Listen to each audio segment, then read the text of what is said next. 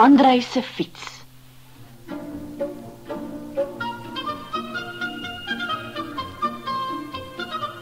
Andrei woon in Frankryk.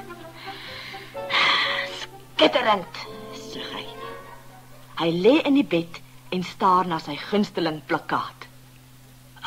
Fantasties! Ruimteritser, die fiets vir die ruimte-eeu. Wat 'n masjien!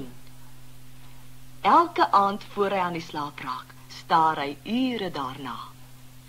Een someraand, toe hy pas sy oë toegemaak het, hoor hy 'n vreemde gesoem. Hy sit penoorent in die bed en sien die plakkaat wild skud. Toe met 'n skielike brul bars die fiets uit die plakkaat en beland op die vloer. Andrei staar verstom daarna en val uit die bed. Daar in sy kamer is 'n regte ruimteritser en die meisie uit die plakkaat lewensgroot. "Wie is jy?" vra Andrei. "Ek is Tina. Ek is 'n ruimtereier. Kom, staan op, dan gaan ons 'n entjie ry." Baie stilletjies help Andrei vir Tina die ruimteritser by die donker trappe afdra. "Genigtig, ma en pa sal verstom wees as hulle my sien." Toe hulle buite in die tuin kom, spring Tina op die ruimteritser en zoom weg. "Kyk 'n bietjie, Andrei, die ruimteritser maak heerlike bokspronge."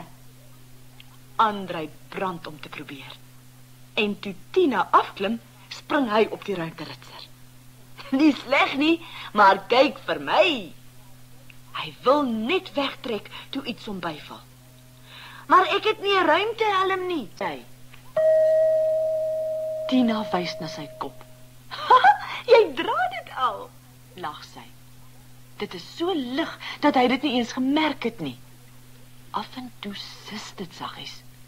"Dis die suurstof." Andrei sien nou dat hy ook 'n glansende ruimtepak aan het, met groot sakke vir ruimterantsoene. Hy spring op die fiets en begin bokspronge oefen. Eers val hy die kant toe en dan daardie kant toe. Eindelik kry hy dit reg. Maar bokspronge is harde werk. "Ek wens die fiets het 'n engine gehad," klaai. "Maar dit het vuurpyle. Jy druk net die knoppie op die handvatsel." "Nee, moenie daaraan raak nie. Moenie." Te laat.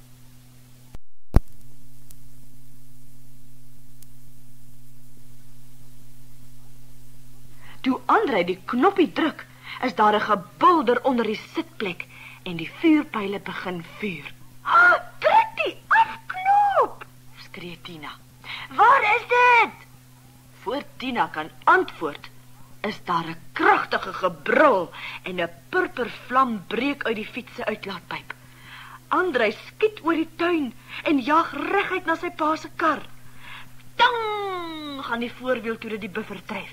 Ktjou, gaan die vuurpyle. Die fiets skiet teen die kar se skuinsrug op, maar dit kom nie aan die ander kant af nie. Tina kyk hulpeloos toe. En Andrei klou op lewe en dood vas, terwyl die fiets styl in die lug opstyg.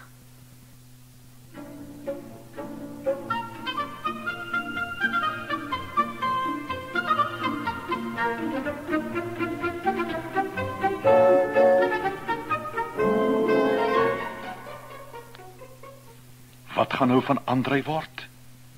Lees in deel 9 verder.